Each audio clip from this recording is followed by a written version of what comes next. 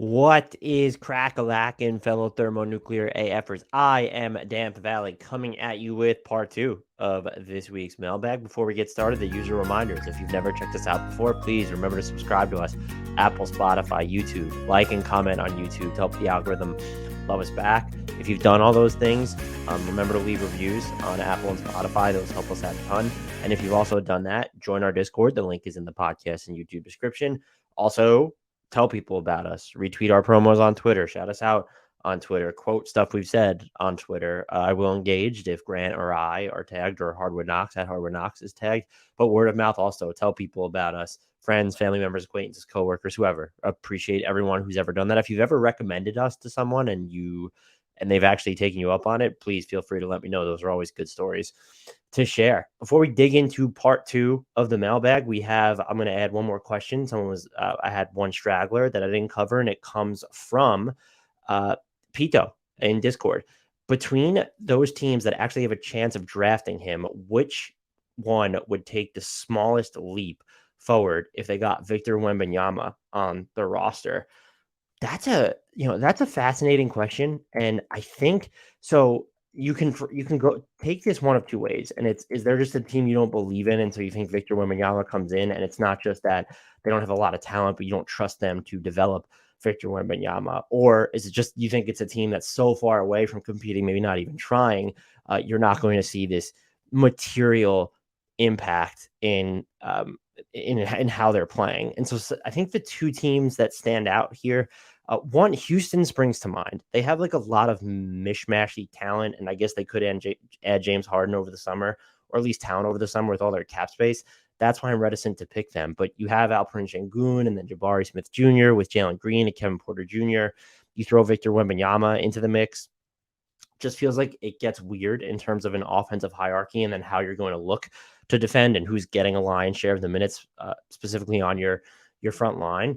Another team, though, that I think we just wouldn't see the difference because I don't think they're on the timeline to really try and leave a dent in how they're playing might be the Spurs. I trust the hell out of Devin Vassell, and Jeremy Sohan, I think, is going to be a stud. He might be on my all-rookie first team, by the way, for anyone who cares. Keldon Johnson, good too. We'll see if they bring back Trey Jones next season. He's going to be a free agent. There's talent on this roster. It's just they're so early into the rebuild that if you got Victor Wembanyama, how much he's going to need a learning curve. He's so long, spindly, thin, rail thin. It's going to take him, I would imagine, time to get acclimated to the NBA. And so you can't just assume that he's going to be a megastar upon arriving. I thought about Charlotte a little bit too, but if they're going to have LaMelo and you bring back PJ Washington and like they're not a team, at least if they're going to still be controlled by Michael Jordan, that's necessarily going to look to tear things down and start anew. If you have Hayward and Rozier, there's sort of enough veteran talent on the roster to where, okay, if you have Wembanyama, he kind of makes a huge difference. Or does it not make a huge difference because maybe they'll bring him along more slowly since they have veterans in front of him? And that might be the other way to look at this, where it's like, in my head, I'm just saying, oh, if he lands with the Pacers, imagine how good they're going to be with Miles Turner and Wemby and Halliburton and Benedict Mathurin. The Pacers have, they've played Benedict Mathurin a bunch, but they haven't really like super unleashed him just yet. What are they going to do with Victor Wembanyama in that situation? And it could be ditto for the Orlando Magic. They have Paolo Banchero and Franz Wagner and Wendell Carter Jr. up front to monitor. And if you still believe in a healthy Jonathan Isaac, should he ever be able to stay healthy and available, does it get crowded and you see his minutes that they're so low, then his impact becomes negligible. And so there's a ton of different ways to look at this question.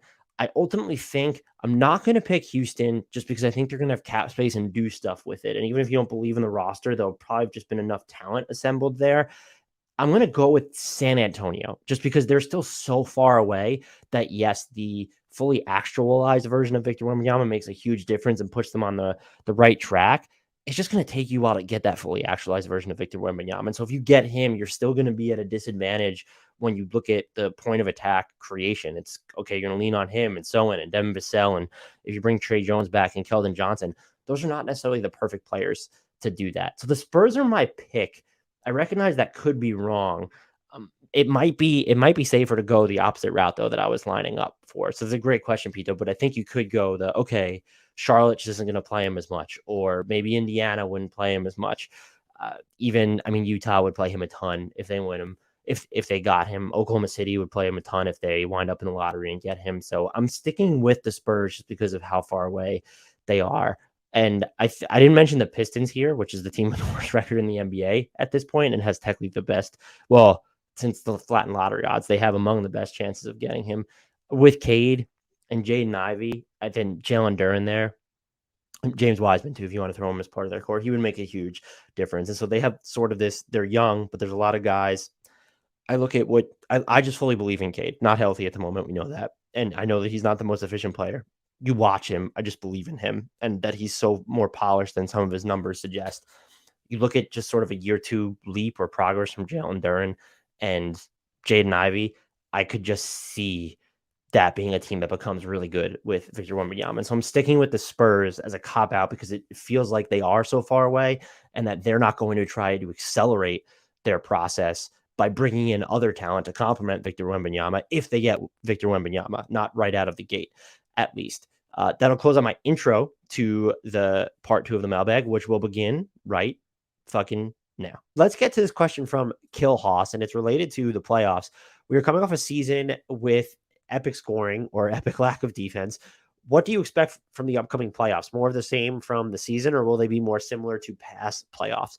So what's interesting here, and this is just, I went back 3 years.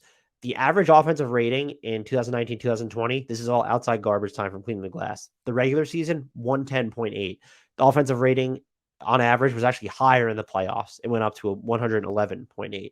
In 2020, 2021, 112.8 was the average regular season offensive rating. It went up to 114.7 in the playoffs. Last year, the average offensive rating was 112.3, and it dropped to 112 in the playoffs. And this is kind of to say that there's never been, I guess, with the exception of 2020 and 2021, the past couple of years, doesn't seem like there's been any huge discrepancy between what we're seeing in the regular season and the playoffs. But this year's average offensive rating being 115.1, that is substantially high. It makes me wonder, okay, are we going to see that hold up once we get to the playoffs? And I think the fact that so many of the critical playoff teams, when you look at Sacramento or Memphis, that they want to play fast and not really use a lot of clock on even if they're operating in the half court. OKC, if they're going to be a team that makes the playoffs, Golden State, of course, maybe Atlanta. Does that lead me to believe that, maybe this offensive uptick will hold? But I'm also just wondering, the most important players are going to be more available once we get to the playoffs than they have been in the regular season. And so does that inherently drive down this offensive detonation, explosion that we've seen this year? So if I would frame it this way, when we get to the playoffs, would I expect the average offensive rating to drop or increase? I think I would expect it to drop. I just feel like with teams having more time to adjust to the same opponent, not just having, more rest, because games are more spaced out in the regular season than they've ever been before for the most part, but you're going to have time in between every single game, and you're going to be game planning for the same opponent. And we're not going to be, in theory, dealing with as many absences. There will be injuries that, Kevin Durant, just as an example, returns on Wednesday, but wouldn't have missed those 10 games with Phoenix if it was the playoffs. He would have been playing through them. How effective that's a fair question to ask, but we're not, again, unless there's serious injuries, we're going to have more of the star players on the court for more of the minutes of the game. And so you would expect that number to come down and the defense to get better. But I do, again, think, even when looking at how much Milwaukee likes to get out in transition, Memphis as well, Sacramento, those are things in theory that teams can take away.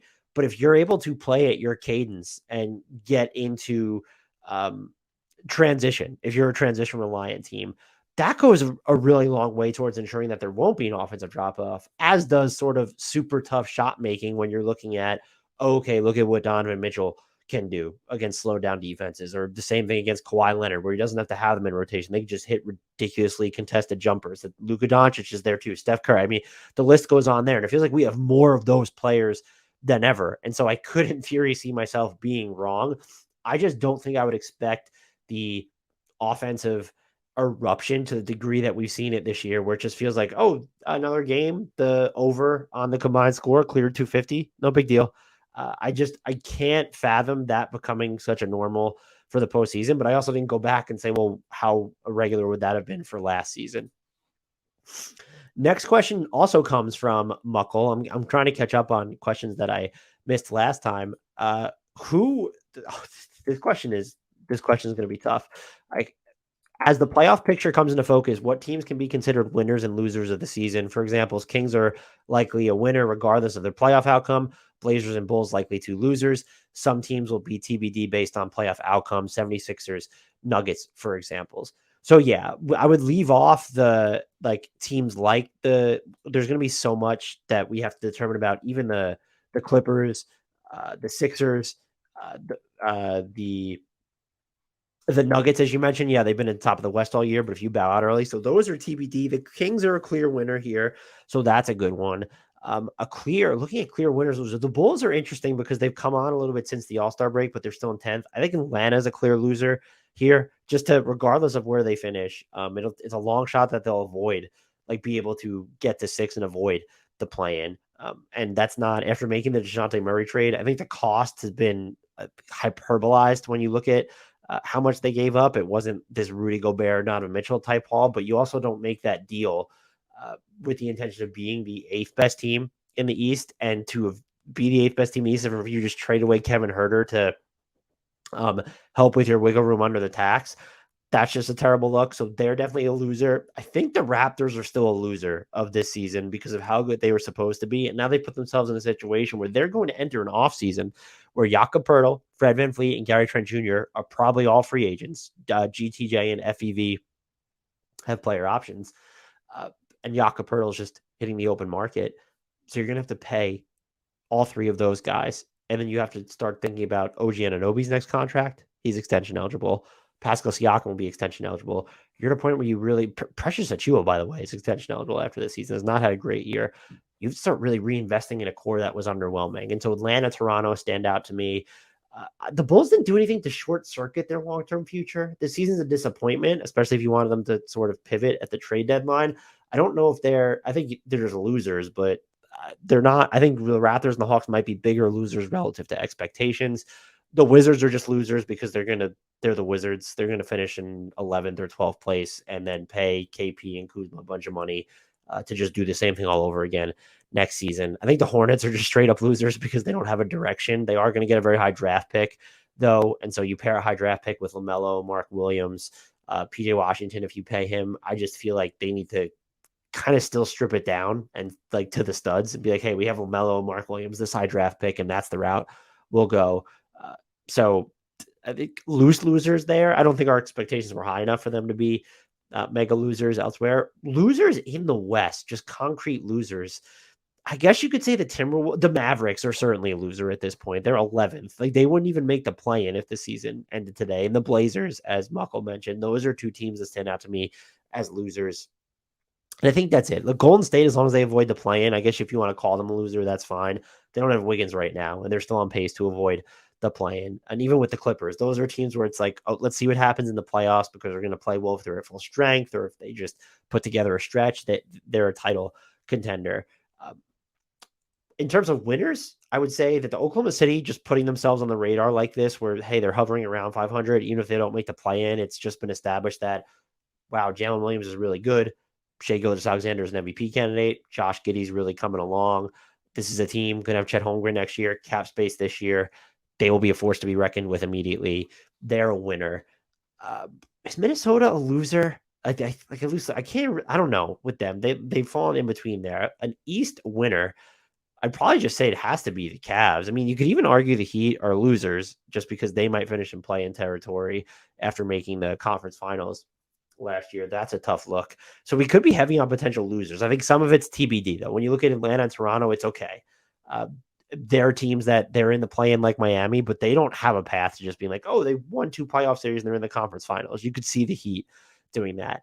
The winner in the East, I think, has to be the Cavaliers here. They're not dealing with any sort of messiness. I mean, I guess the Bucks, they're just clear winners because you miss Chris Middleton for a good portion of the season. Drew Holiday missed some time as well. You didn't trade for Jay Crowder until right at the trade deadline, but you still found a way to get him. You're taking pictures with your legs crossed as a team, looking absolutely hysterical, and you just have the best record in the NBA despite all this. Brook Lopez is a Defensive Player of the Year candidate. Giannis is a top 3 MVP candidate. You've gotten really good seasons overall, I think, from Grayson Allen and Javon Carter. Bobby Portis, before his injury, he is back in the lineup now. Before his injury, was a 6th Man of the Year candidate.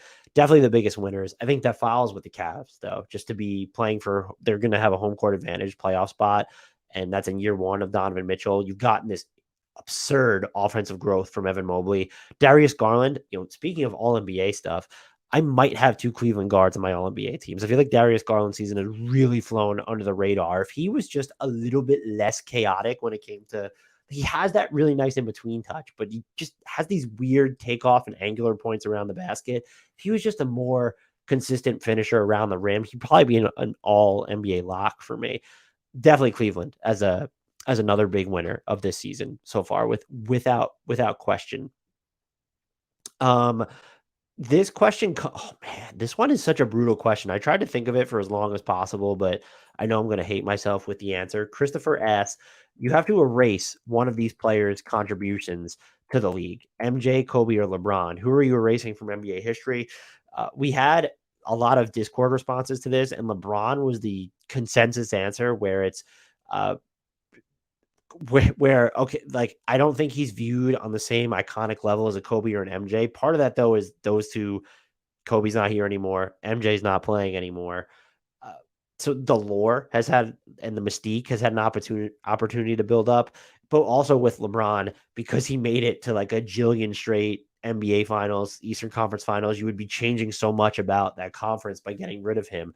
I would counter it by saying LeBron never seemed to derail what could have been all-time teams. Like, he definitely, the Cavs beat the Warriors, but I'm saying on a consistent basis, he didn't stop that dynasty from happening.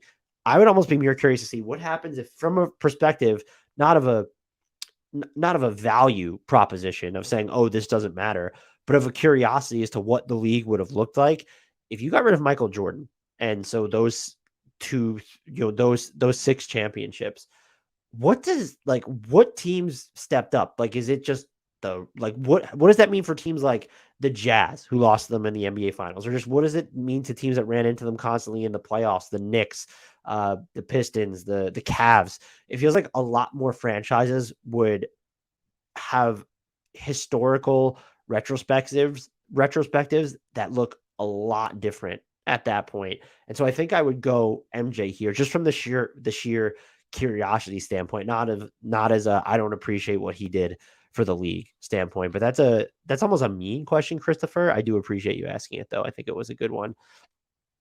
Overall. Next question from Illuminacho. After Jaylen Brown made comments that can be understood as non-committal to Boston, can you see him in a place like Orlando? Can he commit to an extension as part of any trade deal? And what assets would it take to acquire him, hypothetically speaking? I thought these comments were they were read too much into what Jaylen Brown said. I found them ambiguous, but it's like, okay, it makes sense for him to enter free agency in 2024 at this point. People are wondering why he wouldn't sign an extension with Boston. There might still be something there, just because of he did mention, okay, I know Jason Tatum was working out with Kevin Durant, then all of a sudden Kevin Durant requested trade, and so that made him think. But to get into the finances of this, so let's start with the extension. Can he commit to an extension as part of any trade deal? He can technically sign an extension, but he can't be max eligible for anyone but the Celtics. And he will be Supermax eligible if he makes an All-NBA team this year or next year, which would allow him to sign an extension for a starting salary that's 35% of the salary cap. Per extension rules right now, he can only get 120% raise off the final year of his contract.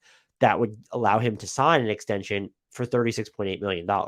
His max salary, if he just goes into free agency in 2024, is over $42 million. So that's a difference. We're talking about $5.5–6 million right there. And those projections could change if the salary cap changes. So it just makes financial sense for him to go into free agency. Now, there has been talk of extension rules changing in the CBA where they could allow players to get 150% raises. 150% raise would get Jaylen Brown to his projected max right now.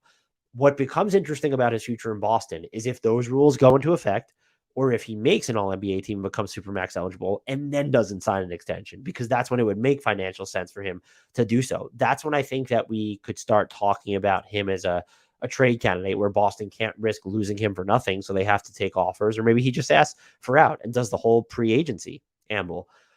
As a team like Orlando, there's not a team. I mean, look, Illuminato, name a team, and I think Jaylen Brown would probably be a good fit there.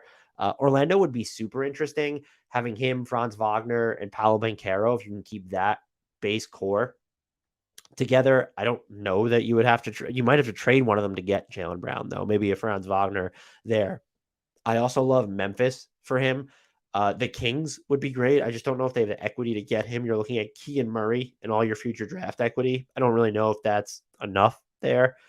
The Knicks could be a good candidate just because they have so many picks. And I think if you're Boston, because you're still trying to keep your window open with Jason Tatum, I doubt you're going to regress into a full-on rebuild if you're moving Jaylen Brown, even though he is your second best player. You're looking for probably a return that's on par with what the Jazz got for I guess for Donovan Mitchell or Rudy Gobert, but it's really more of the Donovan Mitchell trade. I don't think you get as much, but you want picks and then impact players. And so you want to get your Lowry Market in addition to how much first round equity you could get. Could you get that from the Knicks because they have RJ Barrett, Emmanuel Quickly plus first rounders? Are you willing to do business with someone in the same conference / division?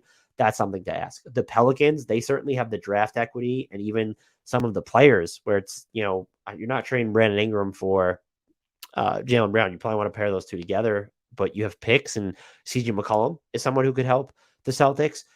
If Portland just decides to get younger, are they willing to build something around Dame? And does Portland think about that? And can you get also draft equity out of that? So it's, I think you want that'd be a weird trade because Damian Lillard's a better player than Jaylen Brown, but he's more expensive and older. My point would be you want an impact player right now who's probably worse than Jaylen Brown in the aggregate, but he helps you now, in addition to draft equity that you can then flip or try and groom and develop later on. And so I think that's what you're looking for. Teams that could satisfy that the best, I would say, New Orleans, the Knicks, the Grizzlies. Orlando could technically do it. I just don't know if they would want to, but Orlando could certainly be in that mix. I'd love to see him in OKC. If you get to keep Shea, Holmgren, do you get to keep Jalen Williams as part of that deal? I think Thunder fans will romanticize this and say, we don't want Jalen. We don't want Jaylen Brown. We want to keep Jalen Williams. But SGA, Chet Holmgren, Jaylen Brown, wow, that's another team that could satisfy it. There's so many teams that I think are like perfect fits for Jaylen Brown. I don't know what roster he would actually be a bad fit for at this point. There are teams that would be interested in him that clearly don't have the assets. Could Brooklyn get involved with the additional first round equity they have while not getting rid of Mikal Bridges? I don't know. I don't think they're a team that could be competitive. Atlanta's been mentioned, but you're building stuff around. You're somewhat limited in your draft equity because of the picks you owe to San Antonio. But you have draft equity in DeAndre Hunter, and you could go on Yeka Okongwu. There's other moves you can make. I just don't think they would have the most attractive package for Jaylen Brown. The Pacers don't really satisfy unless Boston loves Benedict Mathurin, they don't have the current player juice, but if they just threw their entire draft pick stash at Boston and were able to get Jaylen Brown, Miles Turner, and Tyrese Halliburton, oh man, that would be something that I would love to see. Are there any other teams? Didn't really say Memphis in the West. I'd like to see him on Sacramento. I just don't see that they have. I don't really want to see him leave Boston, but at Sacramento, not sure if they have the juice. Memphis, I already said they would definitely have the asset juice. The Pelicans and the Thunder for sure. The Mavericks don't have the asset juice to get him, but they certainly could use him. Him in Utah would be excellent. Now, I think if you're trading for Jaylen Brown, you're going to angle to keep Kessler and Markkanen, and then you're willing to trade anyone that's like other than those three. But you would have, other than Markkanen and Kessler, excuse me, you would have enough draft equity because you own so much of Cleveland and Minnesota's draft that maybe you entice the Celtics into making more of a future-driven trade, and they're really only getting back. We're only getting back Colin Sexton as the player.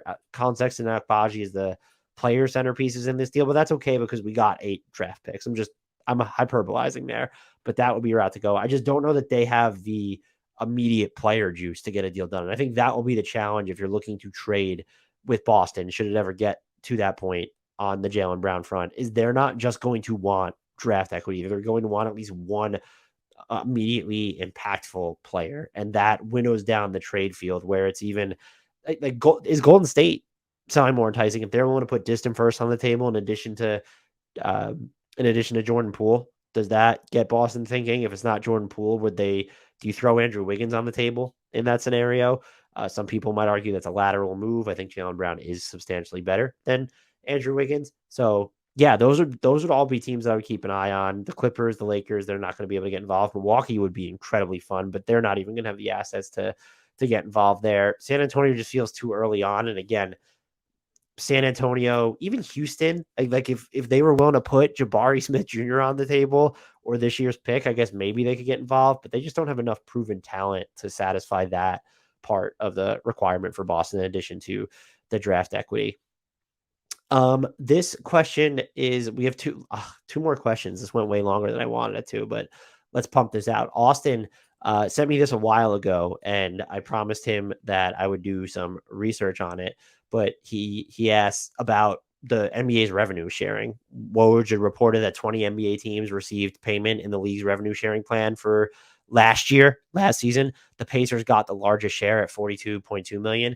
He wanted to know, do the Pacers have the worst ticket sales, just cheaper tickets, shit TV deal? And I want to say, I don't know how to phrase this, that I shouldn't say I did my own research, because I researched what other people had written about the topic. But essentially, what Austin says, it boils down to just everything. So teams are, this plan, it came into effect, I think around 2011 or 12, like after the lockout, I believe. And I think this is still the nucleus of the plan. All teams contribute an annually fixed percentage, and it's roughly 50% of their total annual revenue. This includes everything.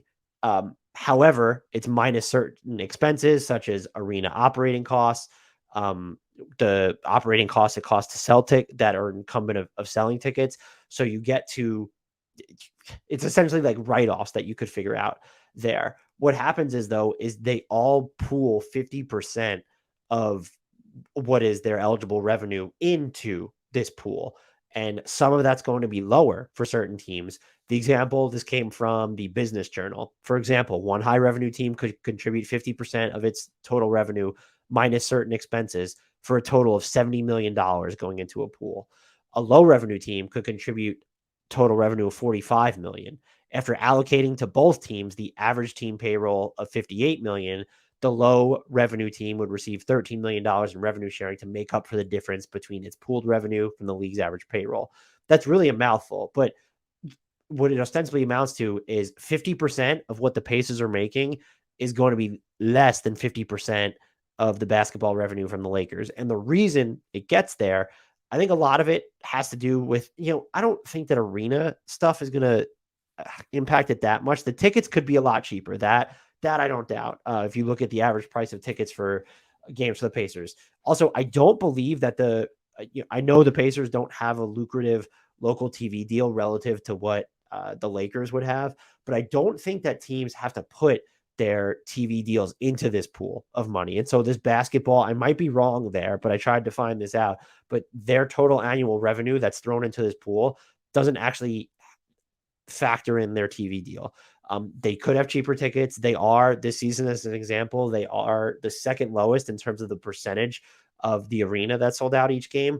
But it's just like, what's the difference between having 90.4% of your arena sold out versus 97 on average? And it's the real difference there. It's not necessarily that percentage. It's, well, how much are you actually making per ticket? So that would go into it. And I think when you're talking about memorabilia, if you don't have like marquee stars that are generating national interest as much as the Lakers with LeBron James for one, or you just don't have as much exposure on national TV, it gives you fewer ways to create revenue. But I would probably just think that the profit margin in a market like Indiana is probably just not going to be as lucrative as it is in some bigger markets. I hope that answers your question for the most part, but digging into it, the reading was fascinating there. It's I think the answer is also just in the look at the teams that got the largest share from the revenue sharing, or look at the teams that contributed the most that past season. The Warriors, followed by the Lakers, the Knicks, the Celtics, and the Bulls. Like those are all the flagship markets in the league when you're looking at that. And so that definitely has to factor in all these economical circumstances. And if I had to guess the biggest one, I don't know what the biggest driving force would be to the total revenue. I just think cheaper prices overall, rather than anything to do with attendance or the size of your fan base. I just think the cost of accessibility, it is so much higher in all these other markets for these other teams, whereas Indy, by extension, they're just going to be more accessible based off that market. Our final question here will come from Leland. Uh, hey, Dan, wanted to float an idea. If Dallas goes up in flames first, what do you think of Kyrie with the Orlando Magic? A lot of things that are ideal for him on a roster that could use him and complement him and his weaknesses on the court, and a state with um, and a state that sees a lot of the things that he does. Okay. The big issue is, would the Magic actually be interested? And second, might never come. Well, let's tackle this question first. What about Kyrie in Orlando? I think he could work. I don't think they want to. He's still one of those on ball centric players. I don't know that they necessarily want that in the player they're looking for. Between having Franz Wagner, Markel Fultz, Paolo Banchero, even Cole Anthony there, Wendell Carter Jr. running stuff for him, it feels like they would want a more egalitarian floor general, and that would be someone like Fred VanVleet. They wouldn't get caught up in a chase for James Harden or Kyrie Irving. It's why I thought they'd be a good trade destination for Trae Young if he ever got on the block. I don't know if they're looking to play that way, though. So I think in theory, when you look at what the Magic do best, especially how good they've been defensively for a good chunk of this year, Kyrie makes a lot of sense because of all he brings to the offense. But I also don't know that he's someone who would augment the development of their youngsters, where you could clearly say that Fred VanVleet, he gives them a boost because of his spacing, but also because he's not cannibalizing touches that they could use to get more experience and diversify not just their offense, but the entire ecosystem's offense. And so if Kyrie's going somewhere, my guess would be that it's just a team that needs maybe a contender already in place and is already committed to this heliocentric model where they want multiple stars, where they're not trying to build something, not necessarily from the ground up, but they're not trying to build something or nurture it over as longer a term as an actual rebuilding team. And that would, that's why the Lakers are going to come up. If there's actually a team, a team like, that's why Dallas would trade for Kyrie in the first place, and why Orlando wouldn't necessarily get involved there. So the fit, in theory, what he would bring on offense would be super intriguing. I just don't think it's something the Magic would look at. So fit wise, I think it's iffy, but it would make some sense in terms of interest. I don't know if Kyrie would be interested in playing for the Magic or living in Florida. I do not think the Magic would be interested, though. I think that's someone they would stay away from.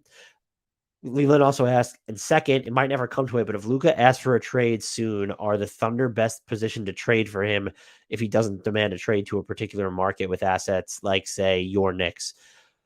That's a great question. The team, irrespective of market, that would be best. I can't even fathom what a Luka Doncic trade package would look like at this point. Holy shit, Leland, this is a tough answer.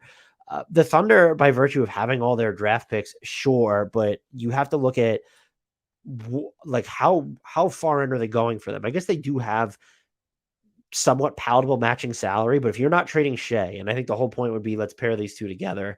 Or what? I mean, Luka's considered just this top 5 guy, but I'm not giving a top 10, top 12 guy right now in Shea for Luka. You want to pair those two together. So you're looking at, you would have to give up Lou Dort, Chet Holmgren, probably Josh Giddey in this scenario, Jalen Williams. You would give up most of those guys. If not, I'm not going to say all of them, but you give up most of them and then picks. They might be best equipped to get Luka. I think they or the Pelicans, those would be the teams when just looking at the assets they can offer and the value of them. I think they would be the teams that are best positioned to trade for Luka. Are they also the teams that would be most aggressive for Luka, even if he doesn't have a preferred list of destinations? I don't know. Just because, look, he has, after this year, he has 3 years left on his contract before that player option he could hit free agency. So that's a lot of time to where you don't necessarily have to care about that. But it would just be very atypical for teams like the Pelicans or the OKC to go that all in. I would love to see Luka on either one of those teams. I think I'd be more intrigued by. I find the Thunder too fun at this point. I might be more intrigued by seeing Zion and Luka play together. I don't know what that defense looks like. Either team would work. Memphis could be a team that has enough and might actually be willing to go all in. The Knicks, of course, as Leland mentioned, are on that. Is it a short list? It's not. It'd be a long list of Luka Doncic trade suitors, but of teams that could feasibly pay the price tag to get him, unless he's dictating where he goes, which in this day and age he'll probably have a say in that. Those might be the teams.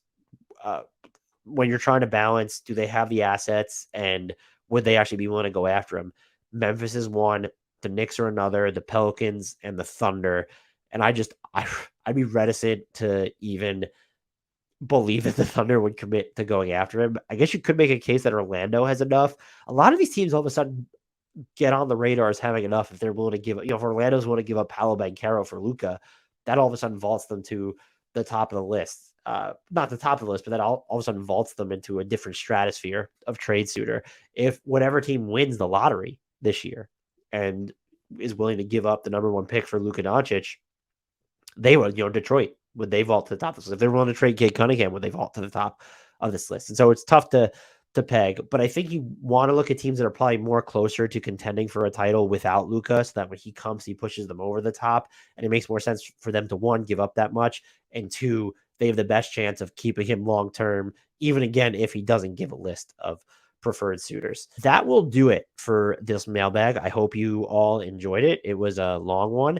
And until next time, please remember to rate, review, subscribe wherever you get your podcasts. Remember to check us out, Apple, Spotify, leave ratings and reviews, subscribe, like, comment on Twitter, help the algorithm love us back.